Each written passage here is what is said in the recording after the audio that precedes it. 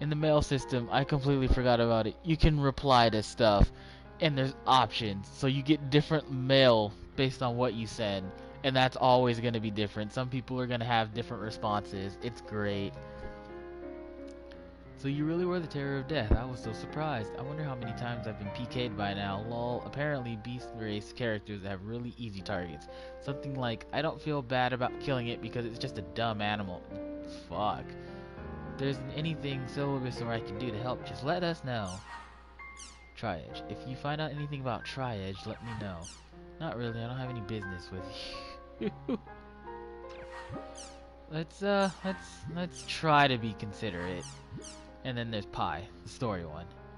This is basically the repeat of what went over before, but don't forget, your character hides a very dangerous power, and we are the only ones who are capable of controlling that power. Just who are you, lady? Do you know how cryptic you sound? Or who do you think you are, showing up out of nowhere and spouting off nonsense? Get out of my face. Let's go with cryptic. And then I have member addresses. Adelie, she loves small birds, she enjoys chatting with the Moontree members, and nice to meet you. Syllabus wants a new cell phone, a G-Power 9 graphics card, and an advanced M2D. I got your back. Favorite thing, napping, paella, and he hates avocados, natto. Haseo, play with me. Why am I so high up with Syllabus and Gaspard already? It's obnoxious. Alright. All my mail's been read. Playing video games over watching movies, reading books, or anything else, experience the narrative and all its details, not just being railroaded down at a set path, the same set pace with set experience laid out for you. Yeah, I completely agree with that. Oh shit, I forgot about that. The thing has a little screensaver. But yeah, I completely agree with that. I love JRPGs for that exact reason. I get to play my game. I'm gonna use Persona. Actually, Persona 5 is my example. There were I've heard stories of people played through Persona 4 and Persona 3 and Persona 5, how they did it their way, and how they decided to, they spent a lot of time with such and such, or they went and did that. And with the online aspect of 5, what was it called? The Thieves Guild. How it showed you where certain people spent their days and stuff, and you learned about different characters that way. I loved that because I got to see how they experienced the game in their way. Even if the story was set, we got to it in different ways. Like, I loved Makoto. She was my favorite character, so I used her as often as I could. I loved Ryuji, but in all honesty, I felt like he got outclassed later in the game, so I stopped using him as much. And I love video games for that reason. Like, I just love getting to experience it in my own way. I don't even care about spoilers. Like, people get uppity, like, oh, you said spoilers. And I understand. You want to experience it firsthand. You wouldn't want to play through or watch a movie or get all the way to the end and already know how it's going to get there. Memoirs. Records your past actions and contains clues of your next objective. Select memoir from the main menu and you are unsure or unclear. But I also love getting there. So if you tell me, oh, Sephiroth is the final boss and he has 3 forms at the end, and I didn't know that, okay, I know that now. You could chalk that on as a spoiler, but how do I get to those forms? It's different, and I want to experience getting there. Same with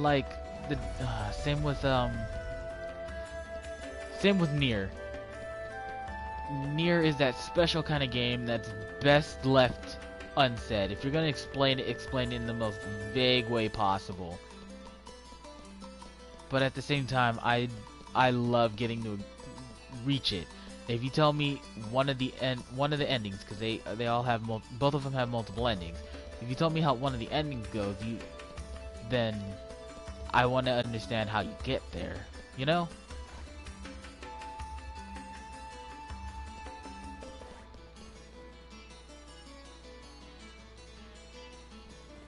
Yeah, I just love getting to see that. You tell me what you love about this game and the aspects of it, I want to play it. Exactly. Exactly. I am that way. I try to be spoiler free the best I can when I explain stuff, but at the same time, when I'm being explained stuff, I like detail. You tell me every aspect of your favorite game, what you liked about it, what you didn't like about it, and if it sounds interesting, you can spoil the whole story, I'm gonna still want to play it. Let's do this crown quest. Suggested level 5. Oh, shit. I should probably invite them real quick. Party. Thank you for inviting me.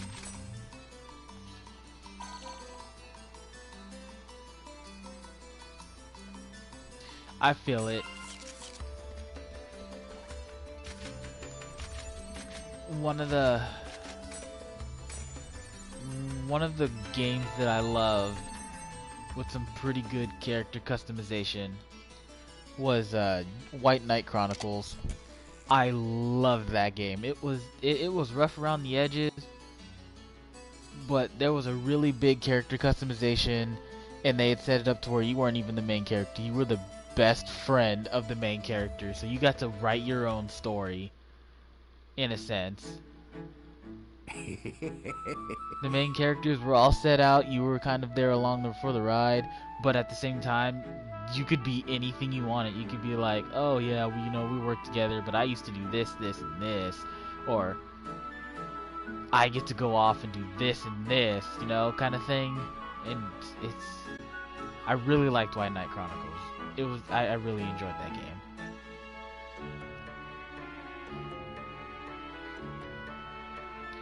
Well, no, that's a secret. I can't tell you that. I want you to retrieve a chim crown for me. Have you ever met a King Chim? He's a giant chim that rarely appears. As his name implies, he has a magnificent crown on his head. I want that crown. In a few days, I'm here. King Chim is likely to show up. I want to go there, get the chim crown. I've probably plenty of rewards for you, so do your best. It's pretty difficult to kick the king. King Chim Chim? Isn't that the huge one? Fucking Teddy. Teddy install on the scene. How much gold do I have? Not a lot. Alright, let's fix that. I feel ya. All MMOs are essentially the same. I like MMOs. There have been a few that have caught my attention. Like, I've been playing a little bit of 14 recently, but I can't. Where I'm at right now, my internet isn't good enough to sustain most of what it requires. And I like 14. I like it. It's fun, but I can only do so much of an MMO before I get tired of it.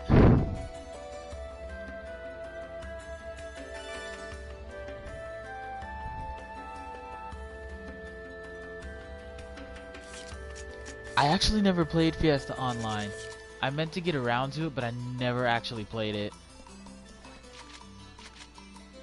The first, if you don't want to count RuneScape, the first MMO I actually played was, what was it called? Domo, Dream of Mirrors Online.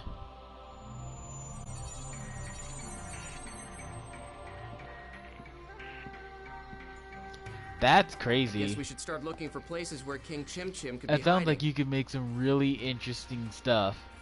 King Chim Chim attacks by jumping on you, so watch out. I wonder where he is. I would love to see that fucking tank with full defense and then like some stupid high magic output. That would be a sight to see.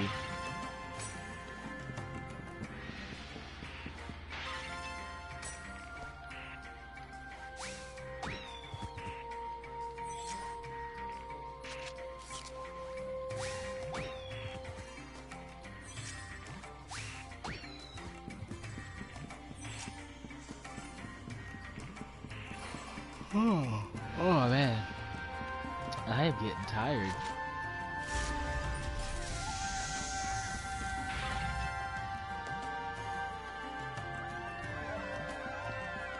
Surprise attack him? No, they're seeing it. There we go.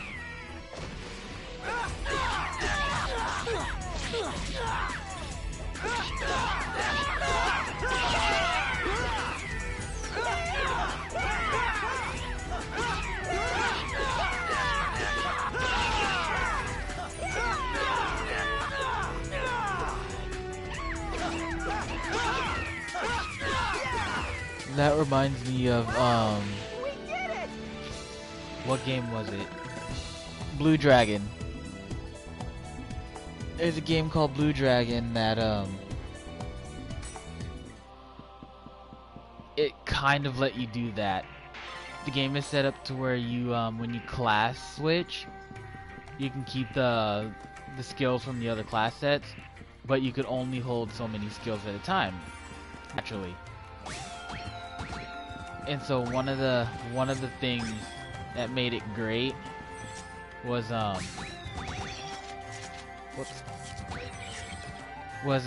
there's a class specifically called the Generalist class. It is fairly weak by far. It is not an attacker. It can't really do a whole lot.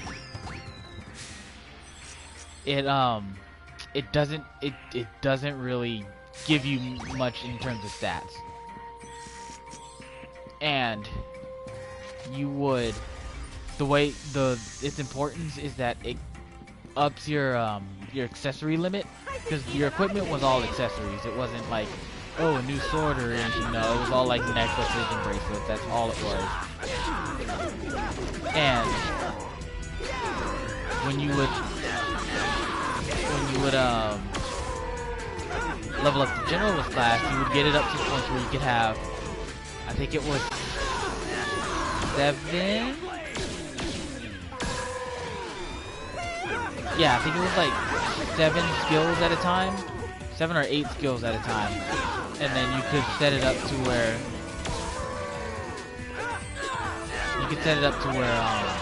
you can mix and match. I had a character that when he joined the party, he was a monk. So physical damage, right?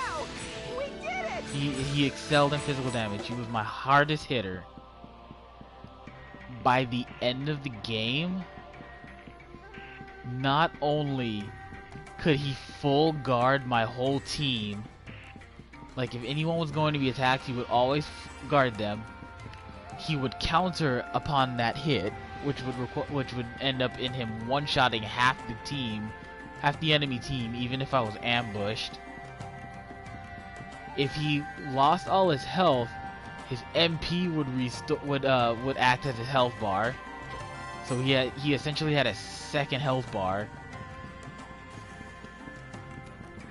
And what was the other thing about it? And he was default monk, so his damage output was just fucking stupid high. He was a literal wall that could not be bested. It was ridiculous. I went and fought the final boss. I killed the final boss before it got its turn. It's a new way. Haseo, it's a new way. We've got to kick it. Huh? Haseo, King Chim Chim will It show was up if you fucking kick glorious. the Nue. What? So, we just need to kick it. Oh, it's a lucky animal. Serious animal. Blessings. Unlucky animals bring bad luck. They have an angry symbol on top of their head. Gotcha. No problem. Leave it to me. Come on, King. See the blessings from the lucky animal. I